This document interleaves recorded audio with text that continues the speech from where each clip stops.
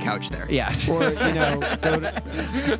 go to your local antique store and buy some nice, old wool rugs. Right.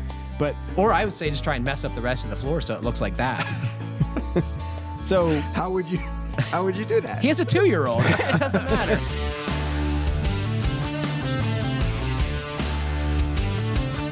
Welcome to the Fine Homebuilding podcast, our weekly discussion of building, remodeling, and design topics aimed at anybody who cares deeply about the craft and science of working on houses. This is Senior Editor Patrick McComb. I'm joined by Green Building Advisor Editor Brian Pontalillo. Hey, Patrick. Thanks for being here, man. It's good to be here. This is my first time with This crew? a new crew. You were on when I was on the show, Yeah. but never with you as the host. I'm privileged to have you here, I must say. I feel in good hands. And we're also joined by Rob Wadsack, Digital Brand Manager. hey, You'll have to tell me what that title means someday.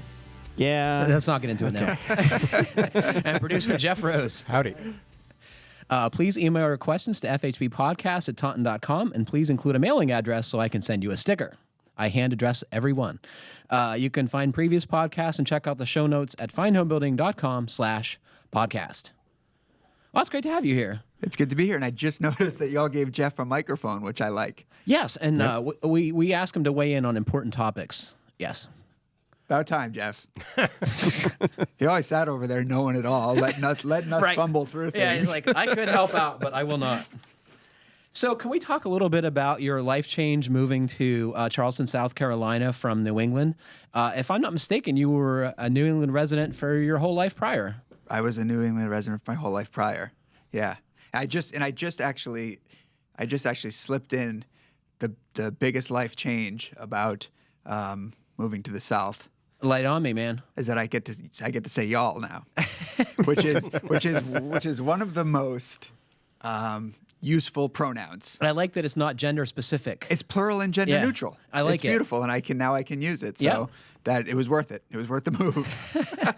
What has been the biggest adjustment moving from a northeastern Yankee kind of area to the Deep South? Or is it the Deep South?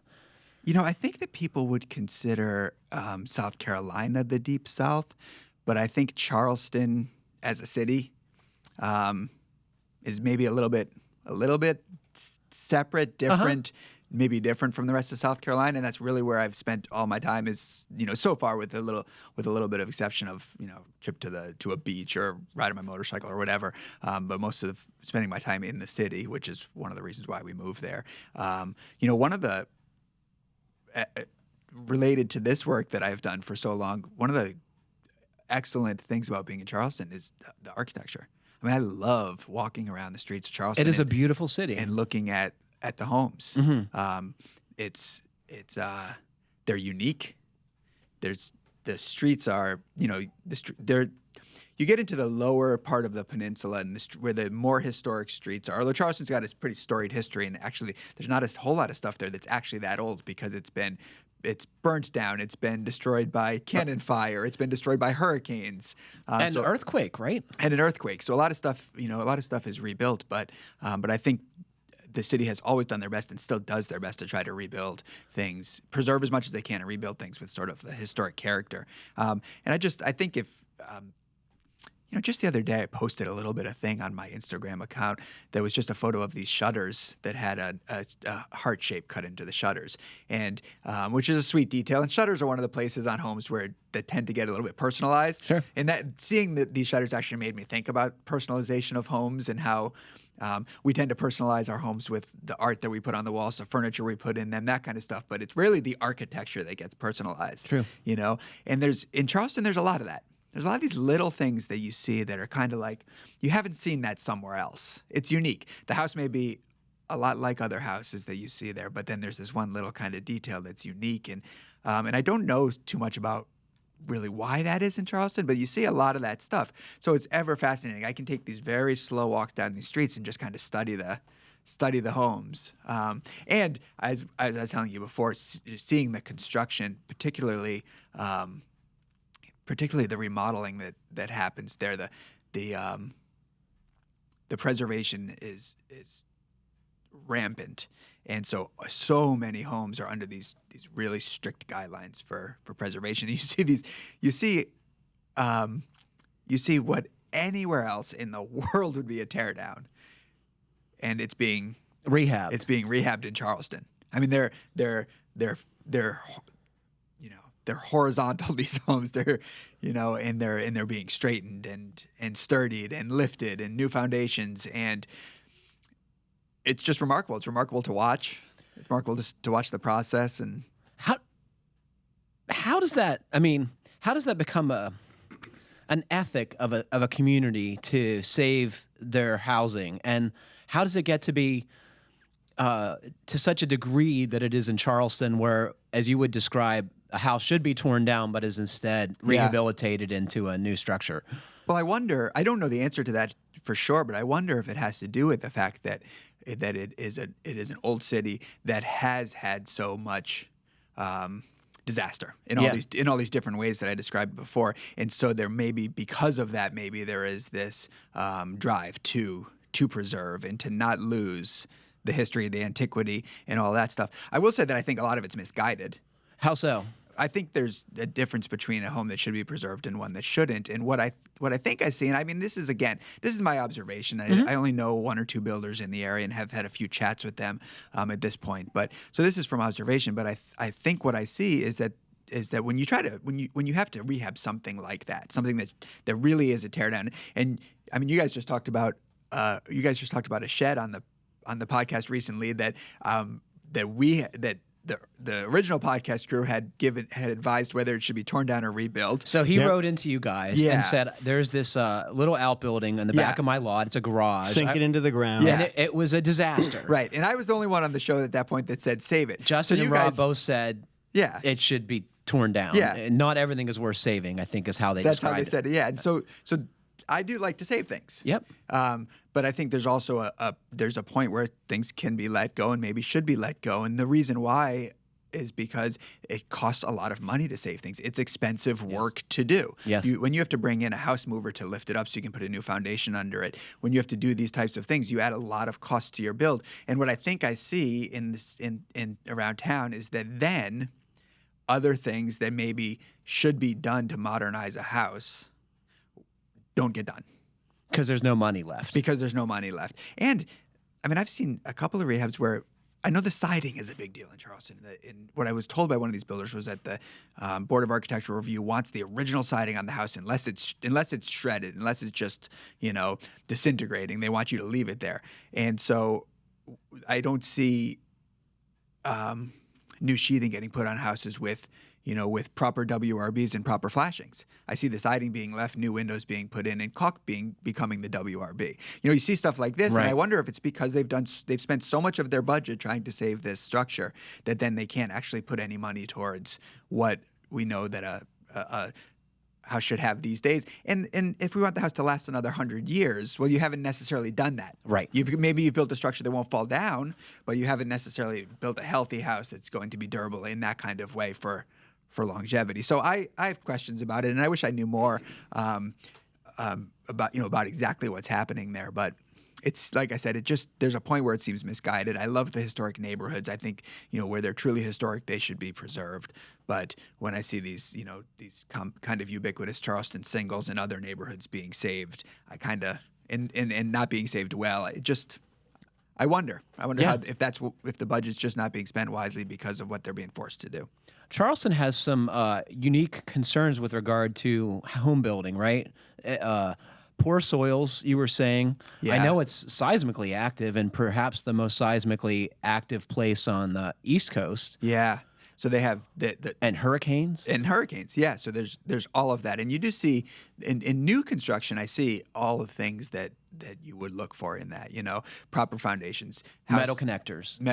Houses lifted, metal connectors where they need to be, blocking in between, at sheathing joints. So I do see all that being done. I do see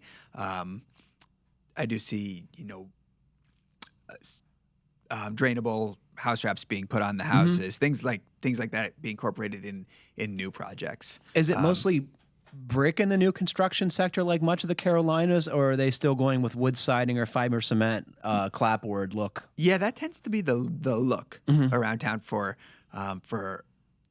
either single family residences or places, a lot of places are being built to look like single family residences, even if they're multifamily, Sure. multifamily units. Yeah. And there's also a lot of multifamily construction in town right now. But that's outside of the realm of What's what been the I biggest know about. biggest surprise about moving there, either construction or otherwise? Or otherwise. What's been the biggest surprise about moving there? I already mentioned y'all. Maybe the beaches. I didn't. How close are you to the beach, being in the city? So Charleston's peninsula, right? River on both sides, and on both you can go in either direction for maybe 15 or 20 minutes to these great beaches that are really long. So I like to go walk on the beach. So like the end of the workday can go out to the beach and just take like a really long walk on the beach. And I was excited to move to a city. Sure. Coming from the country and so many years of living my life in a car, that I was looking forward to this pedestrian lifestyle, and I'm thrilled with that, and I'm really enjoying it. But I guess I didn't realize how much I would enjoy getting to and going on the beach. Oh yeah. So, and I'm not really a beach goer. I don't do the whole thing where you set up for the day with the umbrella and the chairs and all that stuff. But I love to go there. I love to walk, jump in the water. So that's the surprise. Yeah. And maybe how much I miss building projects. I was going to ask you. So you're now a renter. A renter. And after being a homeowner for 20 years? Yeah. Not quite, but close. Yeah. What's that like? I wonder, because I could be in that boat too. Yeah. I get a lot more reading done, which I like. And I do like having the time for that kind of thing. But I do miss projects, and especially when I need something. So it's not so much that like what? What do you mean need? Like when we first were getting settled into the apartment, and it would be like, oh, we have this small, kind of jog in this room, and there's 23.5 inches between the door trim and the jog in the wall, and this would be a great place for some bookshelves. Right. And it's like, number one, fun project.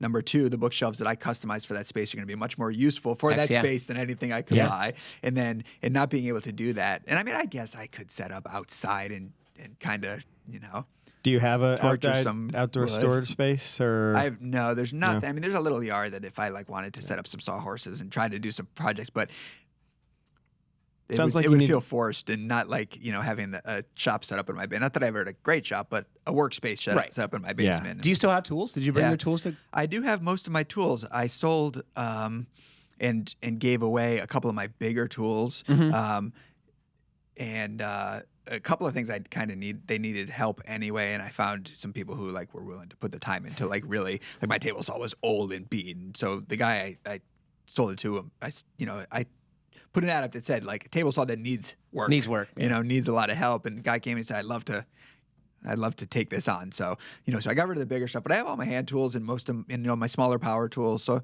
yeah, when I first got down there, I didn't know, I wasn't working here at the time. And I had done carpentry for about, maybe 5 months before we moved, and I was digging it. And I thought when I got down there, that's what I was going to continue to do. And probably would have had this job at GBA not opened up. Sure. And this just felt like kind of, the right thing to do, and work from home. So that brings me to another question. Yeah. So how long have you been at the helm at GBA now? Since June. So 6 or 7 months. What do you think? Is it what you expected? Is the audience and the content all that you thought it would be? I really feel it's of course it's a lot like my job was at Fine Homebuilding in a lot of ways, because it's building content and it's printed content. We're not doing lots of video on GBA. It's all articles. So in a lot of ways it's similar, but there are some challenges. For one thing, it's specific to high performance, and so we have a very specific and discerning audience that knows a whole lot. For another thing, it's all digital, and we have a very active audience, so it's real-time feedback. So in a way, I feel more pressure at GBA to get things, to make sure that the content is deep enough for the audience, and to make sure that it's right. Yes. And and that pressure is a little bit. It has to be right, but at the same time, the flip side of that is print is done when you send it to your audience. Right. And online, I can get some feedback from our audience, and I can actually change things. Improve I can actually things. improve things, Yeah. clarify things, and so it does become a little bit more of a sort of a living dialogue. We've always thought of Fine Homebuilding magazine as this dialogue between us and our audience, because Fine Homebuilding has this great smart audience too. We learn a lot from them. We publish their letters. On GBA, the difference is that it happens live, it happens fast, and things can be corrected and changed. Neat. So it's cool. I feel like I'm enjoying it. I'm learning a lot. Were you I worked embraced there. by the audience who, for so long, looked to Martin Holliday for guidance and insight into the green building world? I think so. It's a very, in a way, I wouldn't even like. I mean, if what I wanted to say was that it's a very kind audience, but it's not even that. Very cooperative It's very audience. cooperative, and I think everyone just wants to get to the best information. So it's not personal. I mean, it's really, everything is matter of fact on GBA and about the content. Yeah. And discussions about the content and corrections and clarifications, and while we want there to be a right answer in building stuff, often there's not. No, or there's Yeah. at least not one. Right? There's- Or there's not one. Or Yeah. there's many. many. And so I think that gets drawn out on GBA in a really good, in a really helpful way. And if you're willing to get on there and spend some time and look at the discussions, I think you can learn a lot on GBA and contribute a lot. So can we back up a minute and can you give people your little 1 minute pitch about what GBA is? Because I mean, a lot of our audience probably is familiar with Green Building Advisor, but All his new subscribers are coming from this show. oh yeah, Yeah. They're like, we get to get real information. Maybe. Yeah. I know. Don't tell them that they can't. They shouldn't be coming to us for the first answers. They should be going straight there. I think the answer to that question really is that GBA is like Fine Homebuilding, but solely focused on high performance construction and what we could consider green construction. And there's a lot of overlap, because all good building, I can say that or not, but I'm going to say for now, all good building is going to be somewhat green building and high performance building to a degree. We just leave out trim carpentry, and we leave out how to drywall your walls. We just don't get into those topics that aren't specific to green building. We have a whole bunch of content on airtight drywall. Yeah, sure. Yeah. But not how to get your drywall joints tight. Yep. So and we try to bring in a lot of voices from the periphery of environmental science, the periphery of Development, climate science, all that. Yeah, development. We touch into commercial construction here and there, alternative multifamily, metal buildings. So we kind of spread out to the periphery a little bit, and we try to bring in a lot of different voices. But the heart and soul of it is high performance green home building. So, is there anything that you would ask the podcast audience to help out, or are you looking for contributors, or is there a way that folks who might listen to this show who want to contribute to GBA could do that? Well, they can reach directly out to me, bpontalillo@taunton.com, and we, just like Fine Homebuilding, we want contributors. We want as many voices as we can get, and so pitch me ideas, or suggest ideas too. And one way to get your feet wet, one of the biggest draws of greenbuildingadvisor.com is the forum, the Q&A section of the website. It's where that basically is a community there. It's really Robust. It's really robust, and there's some really smart people on there who put a lot of time into good answers. Good to answers. stuff. Yeah. And who won't pick on you if you don't know the answers. No, they're very accommodating, I would say. Yeah, just want to help you get to the information. So what the is forums are great. A subscription cost, Brian, and what do folks get for that? I don't know. He's kind of like us. We're the editors. We're the people who make It's the $100, right? information. And I think it's $150. Okay. It's somewhere between $100 and $150 a year. So break that down by the month, and that's what it is a month. And you get, it's a gated site. So basically, there's a lot of free content. We have a new piece of content every day on GBA, and 3 to 4 pieces of content a week are free, and you can come on and read them. And then 1 or 2 pieces of content a week that we are putting, where we're putting our time and money. Those pieces of content are behind the paywall. And so you can, just like a lot of other websites, you can go on, you can surf GBA and find a lot of good stuff. But certain things you have to pay for. And the forums are free. We also have details. We have lots of construction details. CAD details, right, that people can import into their designs. Yes. And they are bona fide because in many cases they were drawn by Steve Basic, as I understand. Yeah, they were developed by, I think it was a team effort between Mike Gerton and Steve Basic early on GBA to come up with the most helpful details for builders who want to design high-performance homes. And you can download them as if you use CAD, you can download them as a CAD file, and so therefore that's nice because then you can change them. So you can make them specific to your house and your location. That is worth of your time, right. Like not having to draw all those things. Right, but you're starting with the basics, and then if you don't use CAD, but you're going to execute these details, and maybe you want them to bring to your building inspector or whatever, you can just download them as a PDF, and you have them. So and there's also like a whole what do you call it? Encyclopedia of information related to assemblies and buildings, right? Yeah. That was actually when we started working on that website back in 2008. That was meant to be sort of the core, the foundation of the website. Was the months and months and months building sort of like an outline of every type of topic and construction phase and construction material and detail that people would need in high performance construction. And so it was laid out as this, as sort of like before, Wikipedia. Well, actually, maybe Wikipedia was around back then, but the idea is like it's like the Wikipedia of high performance home building. Yeah. Despite it being a fantastic resource for people who are building housing, I find it very enjoyable to just read the stuff. It's a pleasurable experience to hang out there. Yeah. Yeah. Yeah. I'm thrilled to be doing it. Cool. And I'm very grateful for the sort of the user contributors. Yeah, the community. Community is so much. I think I talked about this the last time I talked about GBA, but it's just such a big part of what makes the site so special and so helpful. I can't wait to buy Dana Dorset a beer sometime, and maybe it's going to be like one of his spring skiing weekends on dirt. But I would like to spend some time with Dana as well. So we do the regular show here now, maybe for a little bit. We could get into some feedback, I guess. So I'll ask you: have you ever changed the anode rod in your tank style water heater? I never have. Do you know anyone who does this? I do know people who do it. Yeah, you do, and I've heard of people doing it quite a bit.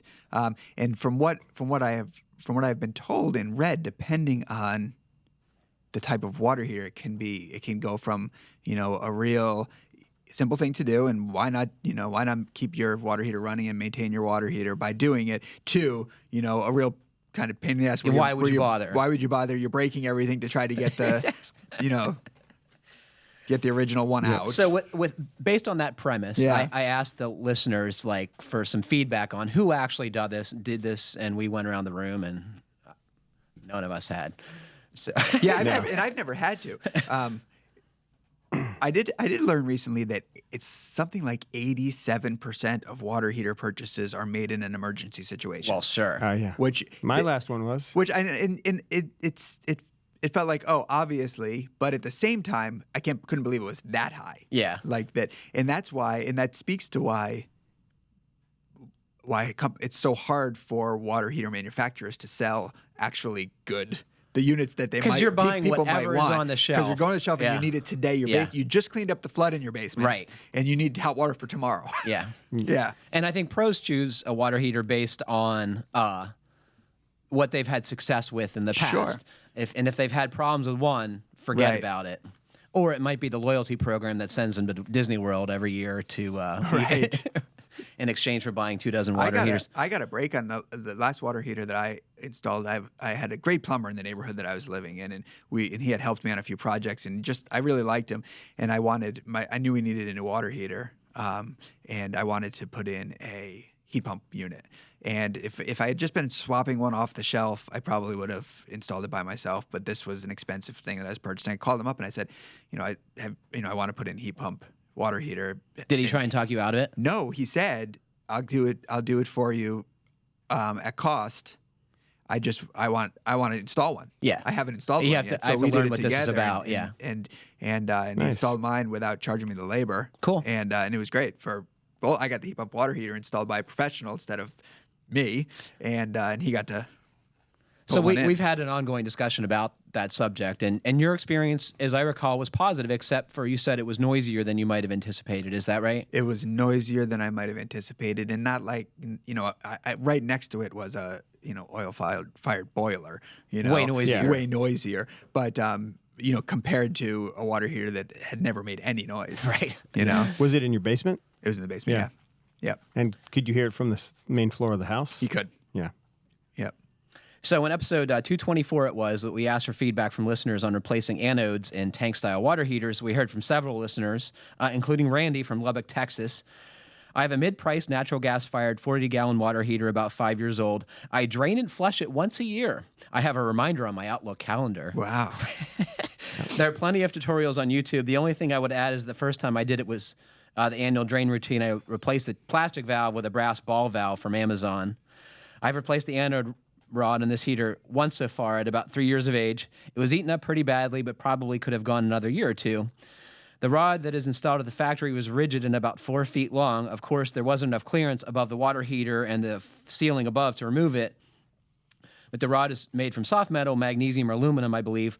I raised it about a foot at a time, and each time I used a reciprocating saw with a hacksaw-style blade to cut through about 3/4 of it all the way through it, enough to allow it to bend, but still remain in one piece. Now, this is important. Each time you raise and cut it, you need to keep the segments above from accidentally dropping back in and potentially damaging the tank lining. Wouldn't that be awful? You cut this thing off, and then it falls back in the water heater. So I used vice grips around the rod where it emerges from the top of the tank, which prevented it from falling back in. I replaced the solid rod with a segmented one from Amazon. The segments are joined by a thick but flexible cable, so it's easy to insert and remove.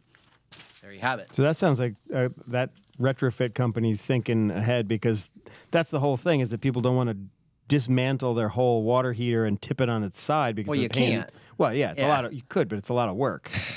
And so that's, the low ceilings in basements are the big hindrance. Yeah. He finishes by saying, if you're going to do this procedure, it should be done no less than often than every 3 to 4 years. If you go longer than that, the large hex-headed bolt may be impossible to remove. I use an impact wrench to loosen it. Using a large pipe wrench or socket with a breaker bar probably won't work, because the torque you're applying 2 to 3 feet from the bolt will tend to rock the whole water heater away from the vertical, and that doesn't seem like a good idea. I can understand why almost no one does this, and given that very few people do, I wonder how much good it really does in practical terms. I guess I'll find out in a few years. We also heard from James, who says, I've done the anodes before. I get them from supplyhouse.com. Obviously, they need to be short enough to fit between the tank and ceiling above to get them in, unless you want to drain the water heater all the way, unhook it, etc. An impact wrench works great to remove and reinstall them. As to being worthwhile, I guess it depends if you aren't planning to upgrade anytime soon, or if you are. I just switched to the Rheem heat pump unit. The old 91 Rheem gas water heater is still good to go, though. So now, the anode, the whole thing is it's a sacrificial corroding part, right? It corrodes so the tank doesn't. So the tank doesn't. Yeah. And I should probably check mine. I think I bought mine like 10 years ago. I've never looked at it. I don't see the logic. Yeah. For how cheap buy a new most water heaters heater. are. Yeah. Yeah. If you're going to spend $1,500 on a heat pump water heater, yeah, maybe. But Right. Did yours have a steel tank, or was it aluminum or stainless steel? Because my understanding is if you're selling a heat pump water heater, because the price is high, they often make the tanks out of a better material. I don't think that it was stainless steel. I don't remember. Maybe someone else will fill us in on that. I mean, there's several different materials nowadays. There's glass lined ones, aren't And there? there's at least one plastic one. Yeah. Stainless. Yeah, I don't know. The most interesting water heater I've seen recently is it Sandon? Yes. Oh, yeah. That Sandon We've been split talking unit. about that on one? the podcast. You have been. Okay, Yeah. so you guys have covered it. Well, Yeah. yeah, it's garnered some interest. It's pretty spendy. I don't know if you know what it costs. Yeah. Yeah, it is expensive. I mean, like you got to use 3 to 4 times what the average person spends on a water So the heater, woman right? or man who the listener who wrote us most recently said $4,000. Yeah. Yeah, I think I've heard $3,000 to $4,000 installed. That's a lot of money. I mean, you got to use a ton of water to make that pay. So let me ask you this: you was your basement a dry basement where you had yours installed, Brian? It's not an easy question to answer. At the same time that it was dry in terms of it wasn't leaky. Yeah. But it was super humid. Yep. Super humid basement. But at the same time that I was been putting this new water heater in around the same time, I was also doing a lot of insulation work on the basement and getting the basement insulated. Between the two things, I went from having to run a dehumidifier all summer long to only having to run a dehumidifier in the most humid, most hot and humid days. That's a So huge between benefit. the insulation and the water heater did help a lot. It is a huge benefit. Also with the heat pump water heaters now, you can duct them. Yes. You can duct them to your house and reap sort of the heating potential of the unit. So that's an interesting thing. What do you do in the summertime in Charleston though, when now you're ducting this hot air into I don't your... know about Charleston. Charleston, they're all, from what I've seen, people are putting in tankless units on the outside of their house. I love that about Yeah. the South. Yeah. That's what I see a lot of anyway. I'm Yeah, sure when I there's was in variety, Texas, but that's they what I do see that. a lot of. Yeah. I mean, there's not a place, unless you have a big enough house to, outside of Charleston, maybe where you have a big enough house to have a utility room. Sure. But there's not enough, there's no basement. Yeah. So, and in the city, there's no garages. So your water heaters, if it's hanging on the side of your house, that might be the best place for it. I did see, and this house is on. But doesn't it there's got to be cold snaps where it goes below freezing. What do people do when your water heater's on the outside of the house? I think I've only been there. I haven't been through a winter yet, but I think it's rare that there's a cold snap that it's freezing temperatures for very long. Yeah. Man. I mean, because we have, the water, the supply lines are running up the side of the house in some cases. So, Right. So that's not the only pipes that are on the outside of the house. exactly. And they're running below the house in the, whether the house is on piers or has a crawl space, they're running below the house and they're outside Sure. of the envelope. So, yeah. I remember my sister living in Biloxi, Mississippi, and that's a warm place too. But Yeah. occasionally they would get cold snap, and the notable thing was there would be all these structure fires because people were trying to heat their houses in improvised means like electric space heaters and yeah. whatever, right? Barbecue Well, grills. we published a house on GBA maybe couple months ago now that had it was a slab on grade construction. It was passive. It met passive house standards, but it was a very affordable house. So it was built slab on grade construction. It was very small. I think it was under 1,200 square feet, and they used that Sandon Yeah. water heater, and they used the Minotaur Magic box. magic box Yeah. we call it now because we don't know what to say it is. We should explain to folks what that is. So it is a ERV. It is a Dehumidifier. dehumidifier, and it is a heat pump, among other things. But it doesn't do domestic hot water, correct? It doesn't do hot Yeah. water. This No. is just for it's basically all of your HVAC in a unit. Hence the magic Hence box. the magic box. And it's made for low load houses. It's made though. for very low load houses. Or in conjunction with another heating Yes. plant, right? Yeah. So in this passive house, 1,200 square foot passive house or whatever it was, they were able to put that Sandon tank and this Minotaur unit in a tiny utility closet and not need a space below the house or in a garage For the air handler. for the air handler, or a huge closet to fit their utilities. Not to have to worry about running,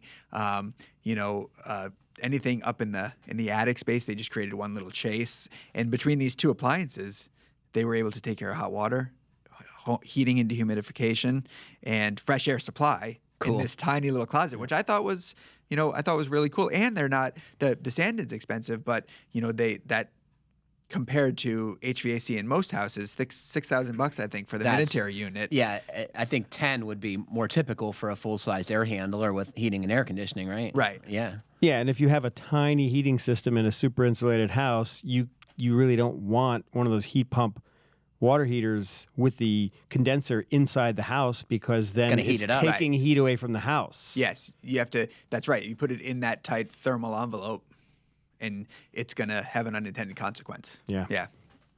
I think the Minotaur is a very cool product. I think it's interesting, and it's great to see. This company actually is using them quite a bit. Neat. And like they have that luxury because the houses that they get to build are tight and are super efficient, and they're in a moderate climate. So it's really possible for them. But I think it's a neat unit. I think we'll see probably more of that stuff. Yeah. The cool thing about that too is it'll communicate with Mitsubishi mini splits. So if you do have a higher load house like you were talking about, it'll communicate and the things will work together. Yeah, and they do have an accessory. I think it might just be sort of an electric resistance accessory. I'm to make more heat. I may be wrong about that, but they have this accessory that you can add onto the supply ducting if you're in if you're close, but you might have a few days in the winter, extreme days where you need just a little bit of a boost.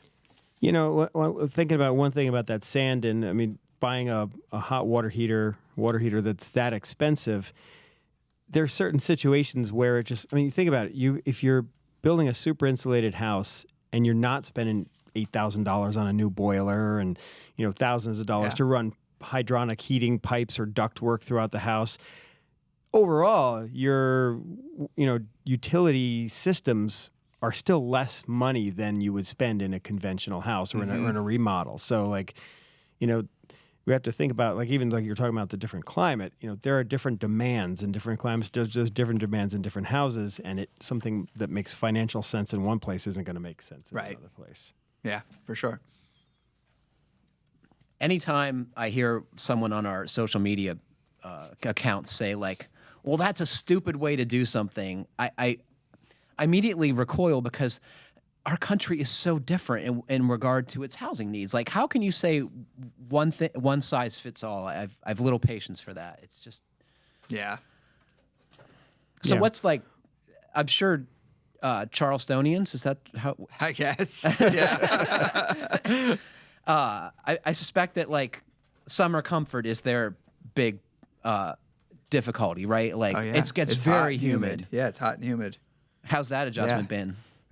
Well, it was also new last summer that I just didn't think you much just sucked of it up. I just sucked it up and enjoyed, being in this new place. Do you have AC? So we'll see. We do have AC, and for us it was we kind of.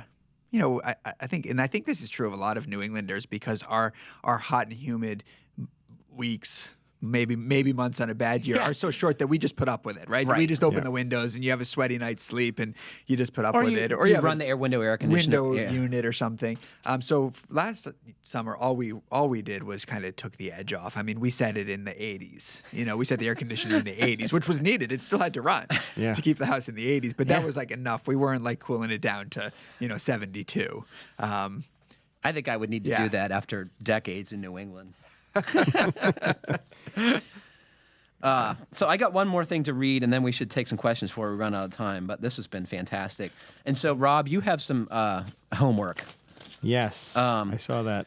I would like to hear an update on Rob's Sense Power Monitor. Now that he's had it for a while longer, maybe he could give more insight into the actual value it provides. I was thinking about buying one and would like to know if it has real value beyond the cool nerdiness of knowing where all of your electrons are going. So I'm not guessing you're prepared to answer this right now. No, I mean, I can't go into detail about it right now, but I will say that it definitely gave me the ability to do some basic data testing in what was reducing my hot water consumption. Whether or not if I put a low flow shower head in, I could see the changes in my you needed electric usage a monitoring system to determine that. Well, the thing is, I have a lot. My house is fully electric, so it's there's a lot of variables.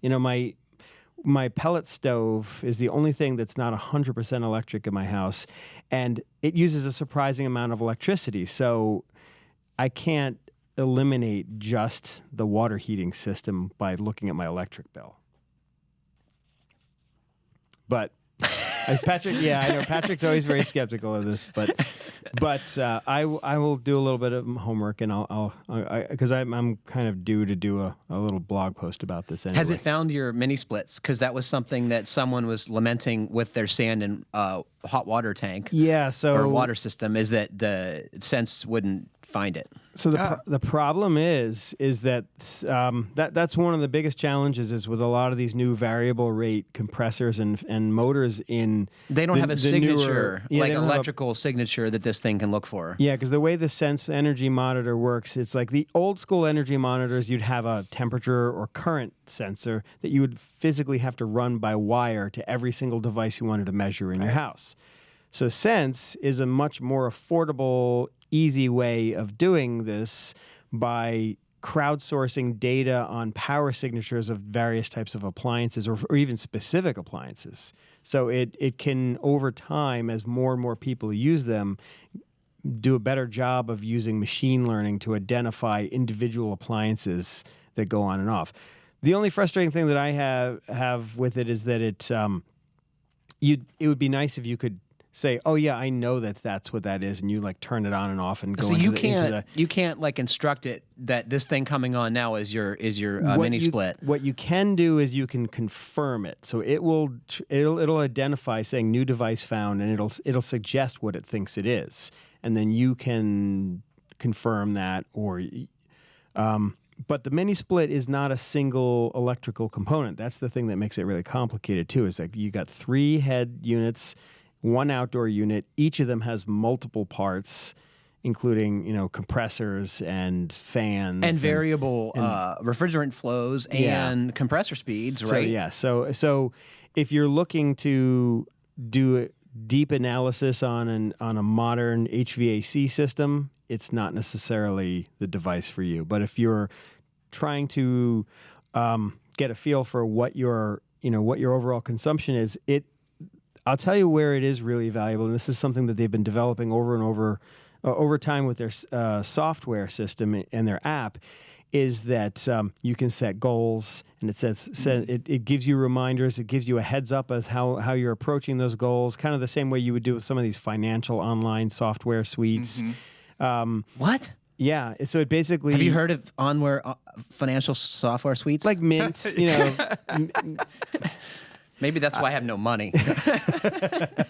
But so I think the value in this is over time, the software is evolving and becoming more complex and more user-friendly so that it becomes a more interactive experience so that it's not relying on you to set reminders and to get into the habit of checking it on a regular basis. It's starting to be your personal assistant to sort of help you meet your energy goals. And that sounds horrible. Nothing about that sounds appealing to me. What do you think about this stuff? Do you care? You mean in my own personal life, or do I think they're a good thing for people to have? Both. Well, I think I think that anything that instructs us maybe on our habits and any kind of improvements that we can make, whether you're doing it for energy saving reasons, for environmental reasons or for financial reasons, it could certainly be helpful. I tend to think that often it's like you were giving Rob a hard time for. I tend to think a lot of it's is common sense. Like you maybe don't need a sensor to tell you to take shorter showers, right? that kind of thing. But I am, I'd be curious to play around with it, I guess. I mean, I'd be curious. Plug loads, with the exception of a few big things in our house, plug loads don't tend to be a lot problematic. Yeah. I mean, put in LED lighting. Take shorter showers or get a more efficient one. We want to take longer showers, get the sand-in unit. Yeah. That kind of thing, But beyond that, getting to the nitty-gritty of plug loads, I mean, now you're really whittling down to some small improvements. Yep. So I'm more into making the big ones. Well, I will finish with one of the things that I was most happy with is when I got the solar components to the system after I had my solar PV system installed in the house, because the native software that comes, or the website that I can use to track my solar consumption and my solar production and power consumption in the house, I think it'll update twice a day with very high level knowledge details about what my PV system was doing, and I like to know how far I'm going with producing enough electricity to eliminate my electric bill, because I bank credits from the PV system so that hopefully at the end of the year I don't have any months that I have electric bills. But I did not this year bank enough credits to eliminate the last couple cold months of the year. So do you sit around the dinner table with a family and a little bar chart and be like, all right, family, so our consumption is up and production is down. What are we going to do about it? It's not quite that deep, but that certainly was the worry of my wife when I first got the system. I can't imagine why that was a worry. We got to take a question before we ran out of time. Okay. Hello, FHB podcast crew. It was great talking to you guys at the Keep Craft Alive fundraising event at the Builder Show this year. I was inspired and humbled by all the terrific builders who attended. In our small shop, we're trying to determine if we should hire a laborer or an apprentice. I know in a union setting, these job titles have specific meanings and are treated differently. In your experience, how would you define each role, and how would you approach their training where their toolkits differ? Thanks for all you do, for all you're doing to generate career interest in the building trades. Regards, Ben from Michigan. So what would you guys say to him? A laborer or an apprentice? And what are those things? Yeah. Right off the bat, just like what came to me when I first heard that question is no one wants to be a laborer. I thought the same thing. But everyone wants to be an apprentice. And what comes to mind is laborer means you've now taken a job that you're gonna, lift stuff, and you're gonna do the unskilled work. Whereas an apprentice sounds like you're gonna learn. And I think that's the nail on the head. And I think that's a shift in just simple shift in thinking. Yes. That would be great for a lot of our industry and a lot of employers to take on. That I think you have ownership of your job. You have ownership of your job, and you're on a track to something. Yeah. You're not just. It's not just your. This is the job that you have for now. Right. You're on track to something else. Yeah. Where you become the skilled person. Even if it's only semantics. Even if it's only semantics, Yeah. I think it makes a difference. Me too. Well, and so I think that's the big point here, is that they were Ben pointed out that in certain industries or business structures, there's very specific requirements about what you can call, who you can call an apprentice or a journeyman or anything like that. But we're talking about it more from the perspective of what is the perception of what you expect out of this person and what this person expects out of the job. Yeah, and as the employer, who do you want? Do you want the person who just wants I don't want that guy. knows they can be hired as a laborer because they have no experience doing anything, so they're going to come apply for the job? And they're content with that, And they're right? content with that. Or do you want the person that wants to come in and learn something and grow? Agreed. Who do you want to have on your crew? Amen. I did a little bit of reading on the forum about questions like The this. FHB forum? Yeah. Okay. And so one, a couple of different people had different perspectives, because one guy was like, well, if I have a sizable job, I know that I'm going to have some laborers on that job, because I don't want my carpenters moving, tools back and forth to the shop. It's like, it's a scale issue too, because obviously if you have a small business with a small crew, you're going to want more diversified people, and sometimes you just have to dig a ditch or carry materials.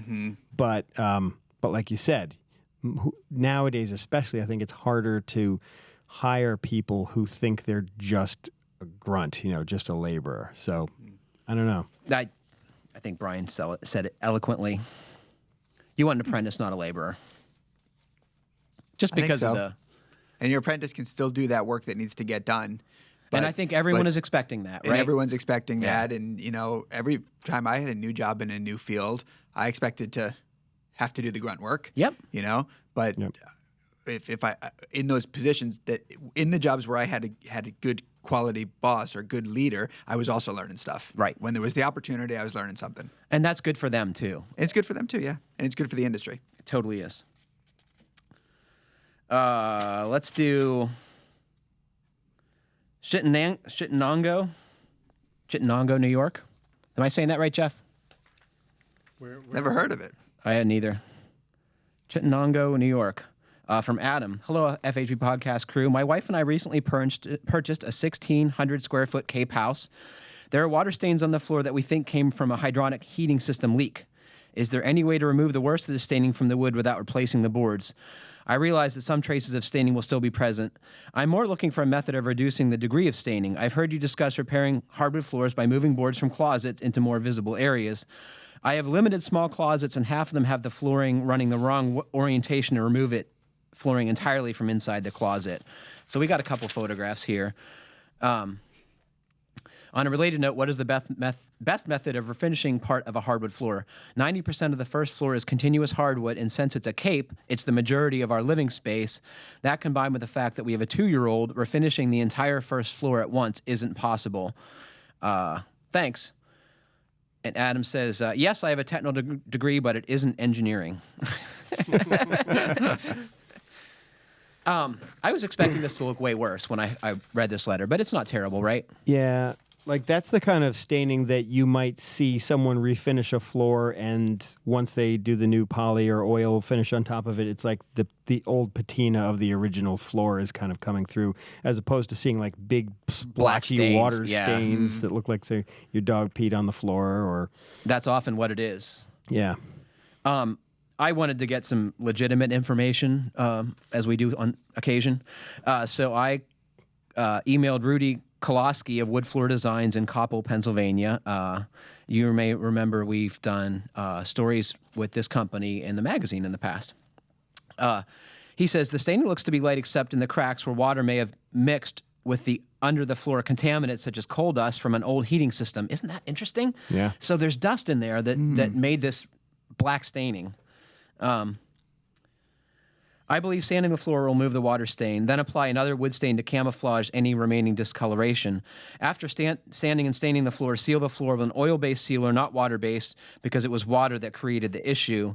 Then apply 2 top coats of oil or water-based polyurethane compatible with the seal coat. All the products should be from the same manufacturer.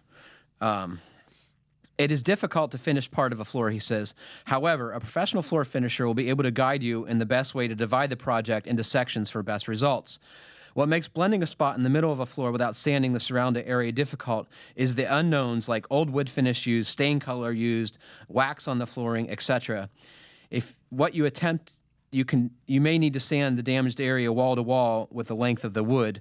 You can stop on a long board running wall to wall, not in the middle of a board. So he's saying, if you're going to break this up, you have to stop at individual boards and kind of sawtooth this out. In other words, your boards are 2.5 inches wide by 3 to 5 feet long. You maybe have 5 or 10 boards long in one run. You can split the room in half and sand with the length of the boards, stopping at the seam where the next 2.25 inch board starts. And then you'll try to blend the new finish and color into the existing old floor, which is still difficult. However, you can do the second half of the floor after the first half dries, which will then be easier to blend in with the new. Only do this if you have no other options to clear out the room or make your room breaks at doorways. So he's saying that is possible, but difficult. Yeah. I mean, taping it off at a board or sanding up to the edge of a board is possible, like you said, is possible, but you certainly don't want to do it in the middle of a field somewhere. Yeah, I think you got to go on vacation and have the floor company come and just do it all at once and be done with it. Yeah, right. Well, either that, or the only other thing I could see him doing, because this area looks isolated to that corner from this photo. Maybe you do you just do a small job, try to clean this up a little bit, and just to buy you time until you have the whole thing refinished. Right. Because it does look like the floors are ready for refinishing. Yeah. I would say just put some furniture there and forget about it. I'm glad you said it, because I said I'm going to hold back from saying just put the couch there. Yeah. Or go to your local antique store and buy some nice, old wool rugs. Right. Or I would say just try and mess up the rest of the floor so it looks like that. So how would you do that? He has a 2-year-old. It doesn't matter. It's going to happen anyway. Training. Maybe get some of the neighbors' dogs to come run around in there. But so before I saw the photos, I was thinking more of what you were thinking of, the pet stain stuff. And Charles Peterson wrote that 11 floor goose or something like that article. Problem solutions. a bunch of years ago, and he mentioned a two-part wood bleaching system that was, this one was made by Clean Strip, that you could use if you absolutely can't remove the boards and they are stained beyond, repair. But really, sanding is often the best place to start. That's what Rudy said, and Rudy's been doing this for 50 years, so I listen to what he says. I've done some bleaching, and it's severe. Yeah. And I think you'd have to probably bleach the whole floor. And that's what he says in the article too. Yeah. Yes. Yeah, if you're going to do it one space, then it's going to be different than everywhere else. That's fascinating. I value Rudy's input here. Thank you, Rudy. I sent Rudy a sticker too. Nice. We got one more? Should we? Oh, I don't know. Let's see if we got a quick one here. I didn't know whether you were looking for one or closing it up. I don't know. This is it. Here. This is from Kevin, who lives in Flagstaff, Arizona. He says, I have lots of questions for y'all, but most pressing one relates to the floor of my garage. It's a detached garage located in the high country in Flagstaff, Arizona. It's about 9 feet to the bottom of the roof trusses. It's built on a concrete block stem wall foundation with 2x4 framing. The driveway and floor are both gravel, and I use some of the space as a woodworking shop and metal shop, as well as maintaining vehicles and equipment. It's filled with tools, as well as storing the various stuff of life that doesn't quite fit in our modest house. My issue is when I do mechanic-type work in the shop, I spend more time looking for nuts and bolts that I've dropped in the gravel and sawdust on the ground than actually wrenching. As for the woodworking side of things, I would like to be able to move large tools around on mobile bases, but that, of course, is a struggle over the gravel, and a solid flat surface would be more comfortable to work on and easier to keep tidy. I'm struggling with this, too, because I have to work on my cars in the grass, and it's great when the weather's nice, but in the snow, it's a drag. I'm the type of person who has more time and effort to spare than money, and if possible, I'd rather not have to move everything out of the garage at once to pour a concrete slab. I like the idea of a modular approach, where I can get either a cement mixer and pour a handful of small sections, maybe 10 by 10, gradually over time, or something similar to what I believe Patrick discussed with Mike Pekovich on Shop Talk Live, where Mike laid down wood sleepers and covered that with sheet goods. I'm okay not being able to put cars in the space, but if the best way to do this would be to have a pro pour a slab, I could probably talk myself into sucking it up and having it done. So, pour half a slab, pour the whole slab, do something else. Go. Whole slab. You? You know that I would probably consider a partial slab, but I know it better than that. Yeah. Yeah. Just do it. I mean, if it's a difficult thing, rent one of those pods and park it in front of the garage, so you can just slide everything in there until the slab's done. And in Flagstaff in the summer, he could put that stuff under a tent outside. Yeah. Right. Mm-hmm. Yeah, it should be able to be done pretty quick. I mean, he could do a slabless floor, definitely. And if he really felt like, if he has sweat equity more than anything. He wants to work on cars. And if you want to work on cars, you need a concrete slab. I mean, he says it's not that important, but if he already uses it for that, he's going to probably miss that ability. You know what I'm surprised at? How many garages in mild climates or like pole barns and stuff like that don't have a slab. Yeah. Especially if you've made it's one thing if you had a pole barn, but if you made a concrete stem wall, you obviously were in there pouring concrete at one point. It said it was block. Oh, okay. But anyway. I'm not going to talk myself out of my first answer. Just get the slab. Have the slab move the stuff out of there, get it done, and then you can enjoy it instead of messing around with it. Like, if you like working with your hands and doing stuff, you need a space. Yeah. Moving, like, woodworking machinery on gravel. Well, and we're talking about a very standard common thing that a contractor knows exactly how to do and come in and get done. We're not talking about anything tricky. And what's awesome is it's already formed because there's block walls to contain the concrete. Right. It's and the thing about, because I've done so many little concrete projects, because it seems like the easy way out, if depending on access or your budget. But the thing is, you're going to pay more and do so much more hard work in the long run if you don't just do it all at once. Yeah, and you get a truck with all the concrete. It's less expensive because you're not buying short loads. Just pour the slab. Just make sure you don't underestimate your concrete for the slab. That's really hard to do.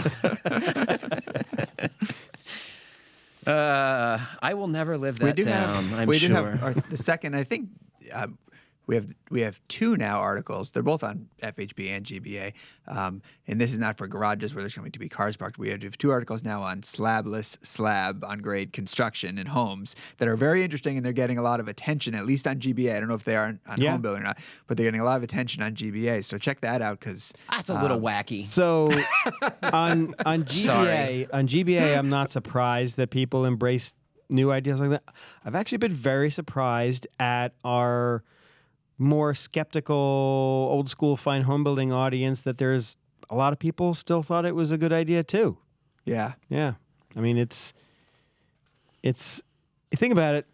If you're going to put rigid foam under the slab, and rigid foam and the rigid foam has the compressive strength to support the slab, why not just eliminate the slab altogether? That's the point, right? It's like, why put the slab in if you're just going to put stuff on top of it that the rigid foam can support? And what happens when your pipe ruptures in the basement ceiling? You want to know something though? You said the same thing to me about my basement. What happens to the pipe ruptures in the bathroom on the second floor? I know. It's what do they call it? Cognitive dissonance, right? Yeah. I got some cognitive dissonance. I'd rather have a pipe rupture in the basement where I can see it than somewhere else in the house, like some exterior wall. I think it's really interesting, and I think concrete's one of the things that we got to solve for. Yeah, in terms of as a material because of its carbon contribution. Because it's one of the biggest issues in the built world. In the built world, right? When it comes to that, so if we can eliminate it there, I mean, I'm not gonna yet start making a case for permanent wood foundations, right? No, I'll hold off on that. Or building highways for a out little of bit. EPS, right? But if you can go slab on grade, I mean, I know of it being done for a basement slab too. But the two stories that we published were slab on grade construction. Yeah. So but yeah, if you can do that kind of construction, you can eliminate all that concrete. And like Rob said, you really haven't changed much. You still have it's not concrete. It's LSD. What are you talking about? You talk about cognitive dissonance.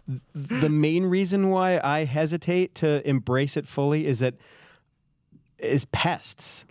I love the idea of concrete in that it's like this barrier to pests. But I mean, if you've got layer of plastic and gravel and all that other stuff underneath there, the chances of pests coming through your gravel and your foam into your floor are probably pretty low. And if you've got a good concrete slab, you've got slab edge insulation anyway, and so your pests still have that highway into the home. That little band. Little band, yeah. So I'm not doing it. Well, unfortunately, that's all the time. I'm not surprised. And I was just going to stop right there. Well, unfortunately, that's all the time we have for today. Thanks to Brian. Brian, thank you. Yeah, thanks, guys. And thanks to Rob for joining me. And thanks to Jeff for producing today. And thanks to all of you for listening. Please remember to send us your questions to fhbpodcast@taunton.com.